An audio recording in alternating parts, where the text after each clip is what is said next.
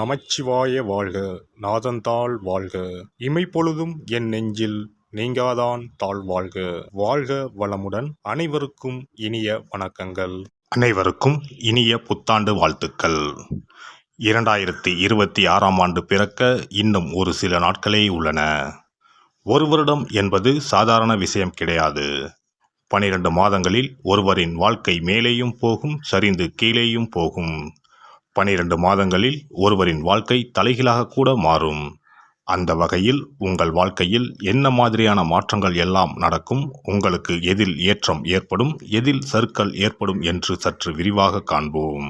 இந்த ஆண்டின் தொடக்கத்தில் கிரகநிலைகள் என எடுத்துக்கொண்டால், குடும்பஸ்தானத்தில் சந்திர பகவானும், சகோதரஸ்தானத்தில் குரு பகவானும், புத்திரஸ்தானத்தில் கேது பகவானும், பாக்கியஸ்தானத்தில் சூரியன், செவ்வாய், புதன், சுக்கிர பகவானும் உள்ளனர். லாபஸ்தானத்தில் ராகு பகவானும் சனி பகவானும் உள்ளனர். குரு பகவான் 5ஆம் பார்வையாக துலாம் ராசியையும், 7ஆம் பார்வையாக தனுசு ராசியையும், 9ஆம் பார்வையாக கும்ப ராசியையும் பார்வையிடுகிறார்.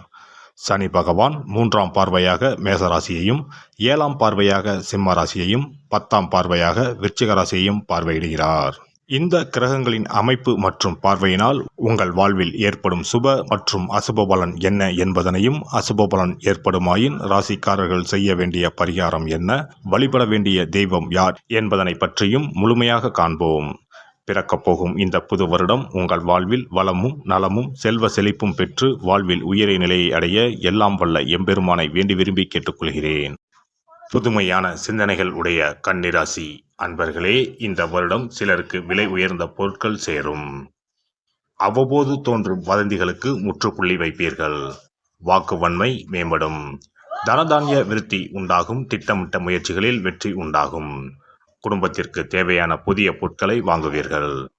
பிறருடன் பேசும்போது வார்த்தைகளில் கவனம் வேண்டும். குடும்பத்தில் பாக பிரிவினைகள் மூலம் எதிர்பார்த்த பங்குகள் கிடைக்கும். புதிய மனை மற்றும் வீடு வாங்குவதற்கான வாய்ப்புகள் ஏற்படும். திருமணமான தம்பதிகளுக்கு மகிழ்ச்சியான செய்திகள் கிடைக்கும். பயணத்தின் போது விழிப்புடன் இருக்கவும். எதிர்பாராத சில பயணங்கள் மூலம் ஆரோக்கியத்தில் ஏற்ற இறக்கமான சூழல் உண்டாகும். பங்காளி வகை உறவினர்களிடம் அனுசரித்து செல்லவும். திருத்தலம் தொடர்பான பயணங்களை மேற்கொண்டு மனம் மகிழ்வீர்கள். பணிபுரிவோருக்கு இந்த ஆண்டு பொறுப்புகள் அதிகரிக்கும். சக ஊழியர்களின் ஒத்துழைப்பு மன மகிழ்ச்சியை ஏற்படுத்தும். எதிர்பாராத சில உதவிகள் அவ்வப்போது கிடைக்கும். சிலருக்கு எதிர்பாராத வகையில் இடமாற்றம் ஏற்படும். வியாபாரிகளை பொறுத்தவரை இந்த ஆண்டு சாதகமான போக்குகள் உருவாகும். பெரிய அளவிலான முதலீடு விஷயங்களில் கவனம் வேண்டும். பணிபுரிபவர்களிடம் இருந்து வந்த கருத்து வேறுபாடுகள் நீங்கும். புதிய தொழில்நுட்ப கருவிகளின் வரவால் சில நேரங்களில் கையிருப்புகள் குறையும். மனை சார்ந்த வியாபாரத்தில் ஆதாயம் மேம்படும். பெண்களை பொறுத்தவரை இந்த ஆண்டு புதுவிதமான இடங்களுக்கு சென்று வருவது குறித்த சிந்தனைகள் அதிகரிக்கும். உடல் ஆரோக்கிய விஷயங்களில் கவனம் வேண்டும். சூடு தொடர்பான பிரச்சனைகள் அவ்வப்போது ஏற்பட்டு மறையும். குழந்தைகளிடத்தில் சூழ்நிலை அறிந்து செயல்படவும். விளையாட்டான பேச்சுக்களை குடும்ப உறுப்பினர்களிடத்தில் தவிர்க்கவும். அரசியல்வாதிகளை பொறுத்தவரை இந்த ஆண்டு ஆதாயமான பலன்கள் உருவாகும். எதிர்பாராத சில வரவுகள் அமையும். திடீர் பயணங்களால் சரியான நேரங்களில் உணவு உட்கொள்ள முடியாத சூழல் அமையும்.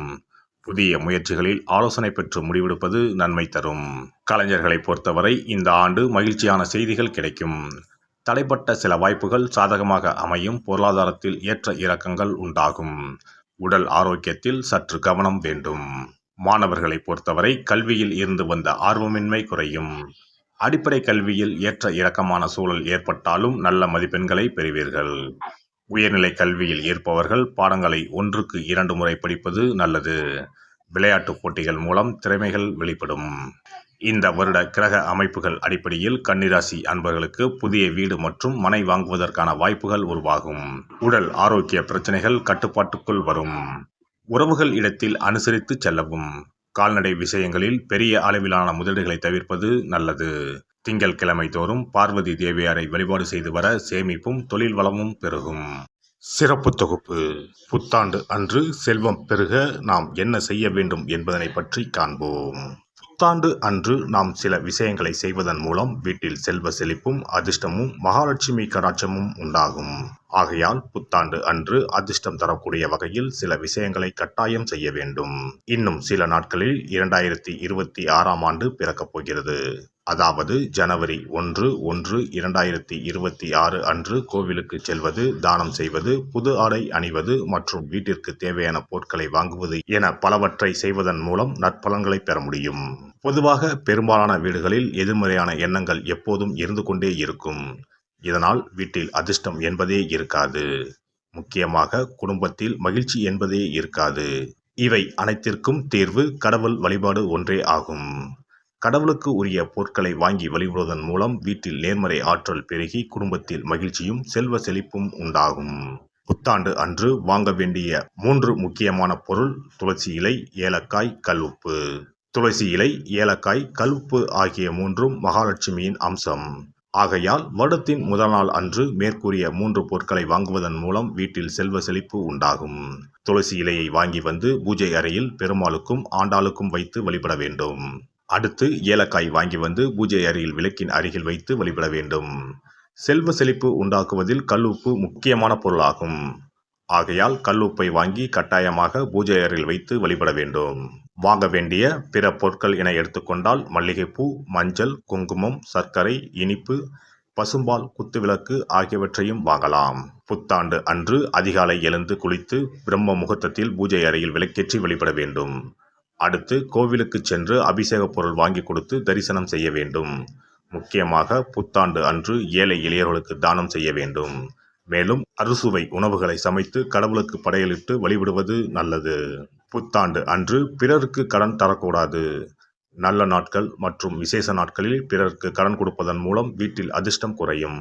ஆகையால் சுப நாட்களில் பிறருக்கு கடன் அளிப்பதை முற்றிலும் தவிர்த்து விடுங்கள். புத்தாண்டில் நமக்கு நன்மைகள் அதிகம் நடைபெற வேண்டும். 2025ஆம் ஆண்டில் சந்தித்த பிரச்சனைகள், துன்பங்கள், போராட்டங்கள், கஷ்டங்கள் ஆகியவற்றில் இருந்து விடுபட வேண்டும் என்பதே அனைவரின் விருப்பம். புத்தாண்டு பிறப்பதற்கு முன் எந்தெந்த பொருட்களை நம்முடைய வீட்டில் இருந்து அகற்ற வேண்டும், இவற்றை வீட்டில் வைத்திருப்பதால் என்னென்ன பாதிப்புகள் ஏற்படும் என்பதையும், இவற்றை அகற்றுவதால் புத்தாண்டில் என்னென்ன நன்மைகளை பெற முடியும் என்பதை பற்றியும் தெரிந்து கொள்வோம். வீட்டில் இருந்து உடைந்த அல்லது சேதமடைந்த பொருட்களை அகற்றுவதால் துர் அதிர்ஷ்டங்கள் ஏற்படுவதில் இருந்து விடுபடலாம். இவைகள் எதிர்மறை ஆற்றல்களை எளிதில் ஈர்க்கக்கூடியவையாகும். உடைந்த பொருட்கள், பழுதான சாதனங்கள், விரிசல் விழுந்த கண்ணாடி, உடைந்த நாற்காலி ஆகியவற்றை வீட்டில் இருந்து அப்புறப்படுத்திவிட்டு புதியவற்றை வாங்கலாம். நல்ல நிலையில் இருக்கும் பொருட்களாக மாற்றுவதால் வளர்ச்சி, நேர்மறை ஆற்றல்கள் ஏற்படும். பழைய துணிகள், புத்தகங்கள், பாத்திரங்கள் ஆகியவற்றை வீட்டில் இருந்து வெளியேற்றி விடலாம். வேறு யாருக்காவது தானமாகவும் அல்லது மறுசுழற்சி முறையில் பயன்படுத்தக்கூடியதாகவும் மாற்றி அமைக்கலாம். இதனால் நேர்மறையான விஷயங்கள் எப்போதும் வீட்டில் நடந்து கொண்டே இருக்கும். தேங்கிய நீர், காய்ந்த பூக்கள் ஆகியவற்றை வீட்டில் இருந்து தூக்கி எறிவதால் எதிர்மறை ஆற்றல்கள் வீட்டில் பரவுவதை தடுக்கலாம். புதிதாக இருக்கும் மலர்கள், புதிய தண்ணீர் ஆகியவற்றால் வீட்டில் எப்போதும் புத்துணர்ச்சி நிறைந்திருக்கும், மகிழ்ச்சி மலரும். காலாவதியான உணவுப் பொருட்கள், மருந்துகள், அழகு சாதன பொருட்களை வீட்டில் வைத்திருப்பதால் வீட்டில் தேக்க நிலை, எதிர்மறையான சூழல் இருந்து கொண்டே இருக்கும். இதனால் வீட்டில் அடிக்கடி நோய்களும் வந்து கொண்டே இருக்கும். ஆரோக்கியமான சூழலை வீட்டில் உருவாக்கவும், புதிய வாய்ப்புகள், நல்ல விஷயங்கள் தேடி வருவதற்கும் காலாவதியான பொருட்களை அகற்றிவிட்டு சுத்தமான காற்று, ஆற்றல் வந்து செல்லும் வகையில் வீட்டை காற்றோட்டம் உள்ளதாக வைத்திருக்க வேண்டும். எல்லாம் வல்ல இறையருளால் நீங்களும் உங்கள் அன்பு குடும்பமும் உடல் நலம், நீளாயுள், நிறை செல்வம், உயர் புகழ், மெய்ஞானம் ஓங்கி வாழ்க வளமுடன். இந்த வீடியோ பதிவு உங்களுக்கு பிடித்திருந்தால் லைக் பண்ணுங்க, கமெண்ட் பண்ணுங்க, ஷேர் பண்ணுங்க. மறக்காம சப்ஸ்கிரைப் பண்ணுங்க. பக்கத்துல இருக்கிற பெல் பட்டனை கிளிக் பண்ணுங்க. நன்றி, வணக்கம். ஓம் நமச்சிவாய. சிவாய நம.